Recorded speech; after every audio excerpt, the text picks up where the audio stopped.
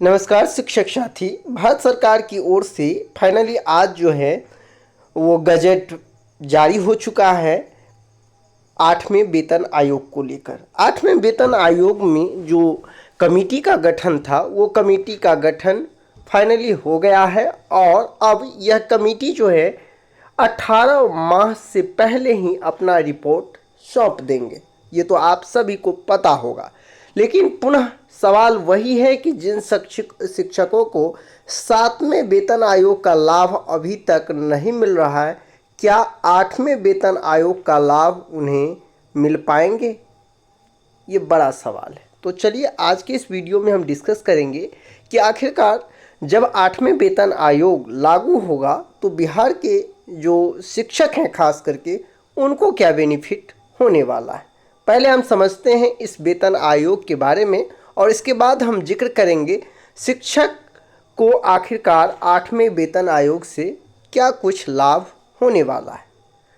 आपको पता ही होगा कि जब भी वेतन आयोग नया वेतन जो सिफारिश होता है तो उससे पहले केंद्र सरकार की ओर से इसकी कमेटी का गठन होता है। पहले अधिसूचना जारी हुआ और उसके बाद अब कमेटी का गठन हो गया है। कमेटी में 3 हैं, पहला अध्यक्ष, दूसरा सदस्य अंशकालिक और तीसरा सदस्य सचिव। 3 मेंबर है जिसका नाम आप स्क्रीन पे देख सकते हैं। और ये भारत सरकार ने 8वें वेतन आयोग का गठन के लिए जो निर्णय लिया गया है उनके निम्न सदस्य हैं। आपको बता दें कि इसमें इनके द्वारा जो आयोग, एक तरह से हम कह सकते हैं जो कमेटी हुआ, इन कमेटी के द्वारा अब अलग अलग मुद्दों पर चर्चा की जाएगी। आप देख सकते हैं यहाँ एक एक करके दिया गया है। साथ ही साथ जो कर्मचारी हैं, चाहे केंद्र सरकार के कर्मचारी और अलग अलग डिपार्टमेंट, ये इन सारे चीज़ों पर आखिरकार किस तरह से 8वें वेतन आयोग में कितने और किस तरह से जो 8वें पे लेवल है वो निर्धारित किया जाएगा, इन सारे मुद्दों पर उसमें डिस्कस की जाएगी। साथ ही साथ आप यदि नीचे देखेंगे तो यहाँ ये भी कहा गया है कि जो कमेटी जो निर्णय लेंगे उनमें निम्नलिखित सिफारिशें करना, यानी कि सिफारिश किया गया है जिसको ध्यान में रखते हुए सिफारिश करेंगे, जिसमें आप देख सकते हैं कि देश की आर्थिक स्थिति और राजकोषीय विवेक की आवश्यकता। यानी कि जो ये 3 कमेटी का गठन किया गया है, एक कमेटी के अंतर्गत जो 3 सदस्य हैं वो सारे पहलुओं को ध्यान में रखेंगे। किस तरह से महंगाई स्तर है, कर्मचारियों का अभी वर्तमान पेमेंट क्या है, महंगाई के हिसाब से उनका मूल वेतन कितना होना चाहिए, मूल वेतन कितना बढ़ाया जाए जिससे राजकोषीय जो है स्थिति और आर्थिक स्थिति जो है उन पर कोई प्रभाव ज़्यादा इफेक्ट ना हो। इन सारी चीज़ों का निर्णय करने के बाद आपको देखने को मिलेगा जिसे आप कहते हैं 8वें वेतन आयोग के हिसाब से उनका मूल वेतन। यानी जब सिफारिश करने के बाद ही आपको ये पता चलेगा कि आखिरकार जो 8वें वेतन आयोग में कितनी बढ़ोतरी हुई, कितने बढ़ा। ये तब आपको पता चलेगा जब यह कमेटी अपना रिपोर्ट सौंप देगी। तो ये तो था 8वें वेतन आयोग से रिलेटेड जानकारी। अब हम समझते हैं बिहार के तमाम शिक्षकों के लिए, खास तौर पे जो विशिष्ट और जो विद्यालय अध्यापक हैं, बीपीएससी टियर 1 2 3 की हम बात करें उनका, तो आखिरकार आपको तो ये पता ही होगा कि शिक्षा विभाग अभी तक जो इन सभी शिक्षकों के लिए 7वें वेतन आयोग से संबंधित लाभ नहीं दिया जा रहा है, चूँकि उनका एक नया जो है मूल वेतन क्रिएट करके सभी शिक्षकों को इसी मूल वेतन के अकॉर्डिंग उन्हें वेतन दिया जा रहा है। अब आपके मन में भी ये सवाल होगा और आप जैसे हजारों शिक्षकों के मन में सवाल है कि जब शिक्षा विभाग 7वें वेतन आयोग का लाभ नहीं दे रहे हैं, उसके अकॉर्डिंग हमारा वेतन निर्धारित नहीं किया जा रहा है, तो आखिरकार 8वें वेतन आयोग का लाभ हमें कैसे दिया जाएगा। देखिए, 7वें वेतन आयोग लागू होना और 8वें वेतन आयोग का लाभ न देना, ये दोनों अलग अलग चीज़ है। इसको आपको समझना होगा और ये मैं इस वीडियो के माध्यम से आपको जानकारी दे रहा हूँ। 7वें वेतन आयोग लागू होने से तात्पर्य ये है कि 7वें वेतन आयोग का जो इंडेक्स बना है, उस इंडेक्स के अकॉर्डिंग, उस इंडेक्स में आपको जैसे आप देखेंगे तो उसमें 1 to 5 का अभी जो मूल वेतन रखा गया है वो कितना है, 25,000। जबकि आप देखेंगे तो 7वें वेतन आयोग के अनुसार जो इंडेक्स बनाया गया है उसमें यदि शुरुआती इंडेक्स 4 ही देखा जाए तो 25,500 है। यानी कि यदि 7th पे के अकॉर्डिंग यदि उसको रखा जाता तो कम से कम 25,500 दिया जाना चाहिए, लेकिन ऐसा नहीं है। तो कहीं ना कहीं 7वें वेतन आयोग के लाभ देने का तात्पर्य यही था कि 7वें वेतन आयोग का जो इंडेक्स है उस इंडेक्स के अकॉर्डिंग हमारा वेतन हो। एक नया मूल वेतन क्रिएट करके हमें जो दिया जा रहा है वो नहीं हो, बल्कि 7th पे में जो मूल वेतन है उसी के समतुल्य जो भी हो वो हमें देना चाहिए।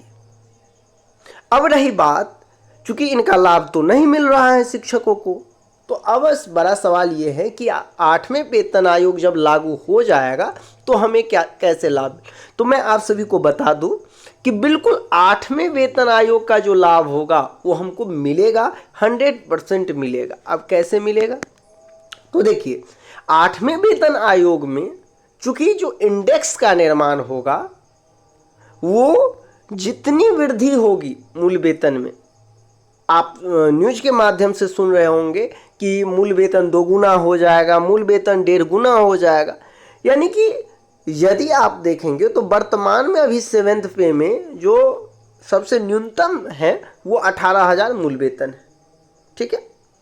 तो यदि 8वें वेतन आयोग जब लागू होगा तो इसी 18,000 के मल्टीपल होगा। यदि 1.80 से मल्टीपल होता है तो वो नया जो 8वें वेतन आयोग होगा उसका वो मूल वेतन बन जाएगा, ठीक है।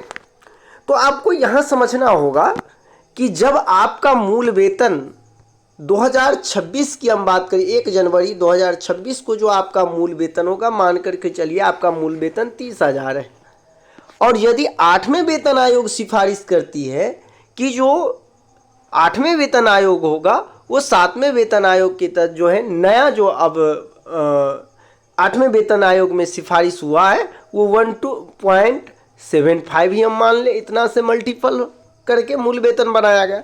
तो ऑलरेडी जो आपका मूल वेतन होगा वो राज्य सरकार के सभी कर्मचारी पे जो है बिहार सरकार जो है इसका नोटिफिकेशन जारी करके ऑटोमेटिक उनका मूल वेतन सेटअप कर देगा और आपका भी मूल वेतन उसी अकॉर्डिंग बढ़ा दिया जाएगा।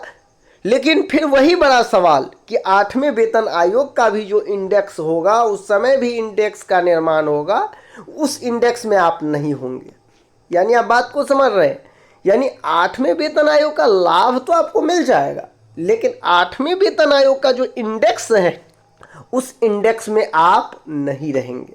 हमारा मांग इसीलिए था कि यदि 7th पे में हम का लाभ ले लेते हैं, जो 8वें वेतन आयोग लगने से पहले जो भी इंडेक्स हमें मिल जाएगा तो निश्चित तौर पर उस इंडेक्स के आधार पर जो 8वें वेतन आयोग का जो इंडेक्स का निर्माण होगा तो हमें ज़्यादा परेशानी नहीं होगा, सीधे तौर उस इंडेक्स के अनुसार हमारा मूल वेतन हो जाएगा।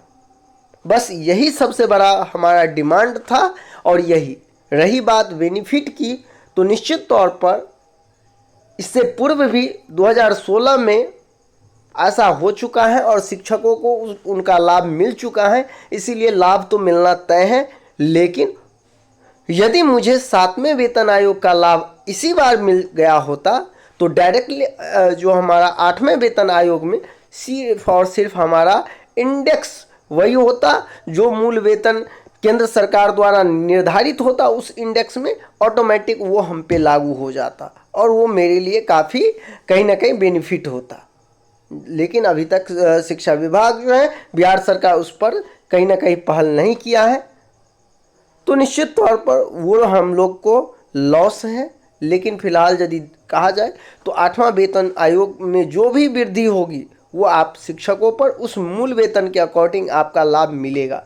लेकिन फिर वही बात, यदि 7th पे लागू हो जाता तो मुझे 8th पे में ज़रूर बेनिफिट होता, उससे अधिक। तो निश्चित तौर पर अब आप समझ गए होंगे कि आखिरकार बिहार के शिक्षकों को ये जो 8वें वेतन आयोग का लाभ होगा वो किस प्रकार से मिलेगा, किस तरह से उन्हें लाभ भी है और किस तरह से उनको हानि भी है।